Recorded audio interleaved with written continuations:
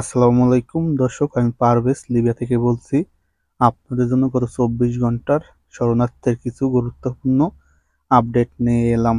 বিস্তারিত জানতে যারা আমার ভিডিওটা ইউটিউবে দেখতেছেন, লাইক কমেন্ট শেয়ার করবেন। যা নতুন, চ্যানেলটা সাবস্ক্রাইব করুন, সঙ্গে থাকবেন। যারা ফেসবুকেতে আছেন, লাইক কমেন্ট শেয়ার করবেন, ফলো বাটন চালু করে রাখবেন নিত্য নতুন লিবিয়া টুইটারে আপডেট পাওয়ার জন্য। ইউরোপীয় সংস্থা জানালো যে উদ্ধারকারী সংস্থা জাস্ট হিউম্যানিটেরিয়ান তারা গতকাল ভূমধ্যসাগর থেকে তারা একটা ছোট কাঠের নৌকা থেকে তারা 28 জন শরণার্থীকে উদ্ধার করছে। উদ্ধারকারী সংস্থা জাস্ট হিউম্যানিটেরিয়ান তারা গতকাল বিকালে এই শরণার্থী উদ্ধার করা হয়েছে ভূমধ্যসাগর থেকে, এটা জানালো ইউরোপীয় সংস্থা। ইউরোপীয় সংস্থা আরো জানালো যে উদ্ধারকারী সংস্থা জাস্ট নাদির তারা গতকাল বিকেলে তারা একটা ফাইবারের নৌকা থেকে তারা 33 জন শরণার্থীকে উদ্ধার করছে। উদ্ধারকারী সংস্থা জাস্ট নাদের এই শরণার্থী লিবিয়ার উপকূল থেকে যাওয়া হয়েছিল। পরে উদ্ধারকারী সংস্থা জাস্ট নাদির তারা এই শরণার্থী উদ্ধার করে তাদের শিবিরে রাখা হয়েছে। ইউরোপীয় সংস্থা আরো জানালো যে আবারও ইতালির ল্যাম্পেদুসা উপকূল থেকে শরণার্থী উদ্ধার যে তারা গতকাল ইতালির ল্যাম্পেদুসা উপকূল থেকে তারা দুটি নৌকা থেকে 98 জন শরণার্থীকে উদ্ধার করেছে দুটি নৌকা থেকে। এখন বর্তমানে ইতালির ল্যাম্পেদুসা হটস্পটে 142 জন শরণার্থী আছে। এখন বর্তমানে ইতালির ল্যাম্পেদুসা হটস্পটে 142 জন শরণার্থী এখন আছে, এটা জানালো ল্যাম্পেদুসা কর্তৃপক্ষ। ইউরোপীয় সংস্থা আরো জানালো যে গত 2 দিন আগে লিবিয়ার উপকূল থেকে যাওয়া 55 জন শরণার্থী ভূমধ্যসাগরে বিপদে ছিল। পরে গতকাল উদ্ধারকারী শিপ তাদেরকে উদ্ধার করে তাদেরকে ইতালির উপকূলে নিয়ে যাওয়া হয়েছে। যে শরণার্থী গত 2 দিন আগে লিবিয়ার উপকূল থেকে ছেড়ে যাওয়া হয়েছিল, পরে তারা ভূমধ্যসাগরে বিপদে ছিল। পরে অ্যালাম্পনের সাহায্যে ইউরোপীয় সংস্থা জানাইছে পরে উদ্ধারকারী শিপ তাদেরকে উদ্ধার করা হয়েছে।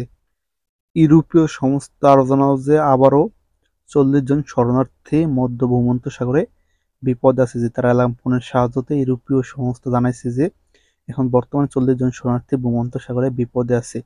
এই শরণার্থী কোন উপকূল থেকে আসা হয়েছে সেটা তারা প্রকাশ করে। তারা বলছে যে এখন বর্তমানে 40 জন শরণার্থী ভূমধ্যসাগরে বিপদে আছে, তাদেরকে উদ্ধার প্রয়োজন, যে ভূমধ্যসাগরের আবহাওয়া খারাপ হয়ে যেতে পারে, তার জন্য যত তাড়াতাড়ি তাদেরকে উদ্ধার প্রয়োজন।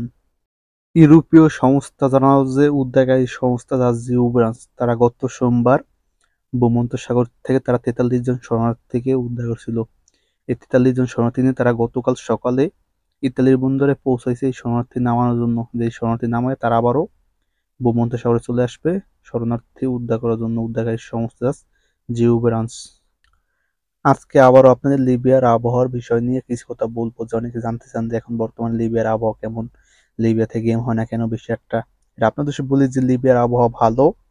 যে গতকাল লিবিয়ায় অনেক রোদ্দুর ছিল। লিবিয়ার ত্রিপোলি প্রায় 43 ডিগ্রি রোদ্দুর উঠছে। আমি একটা ফেসবুকে পোস্ট করছিলাম, আপনারা অনেকে দেখছেন মানে ছবিটা। 43 ডিগ্রি রোদ্দুর উঠছে। কিন্তু রোদ্দুর থাকলে কি হবে, লিবিয়ার যে রোদ্দুর থাকলে কি হবে, যে বালুর ঝড়ের কারণে যে আবহাওয়া খারাপ থাকে, যে বালুর ঝড় হলে বাতাস হলে যে লিবিয়ার যে সাগর আছে সেই সাগরটা অনেক ঢেউ থাকে।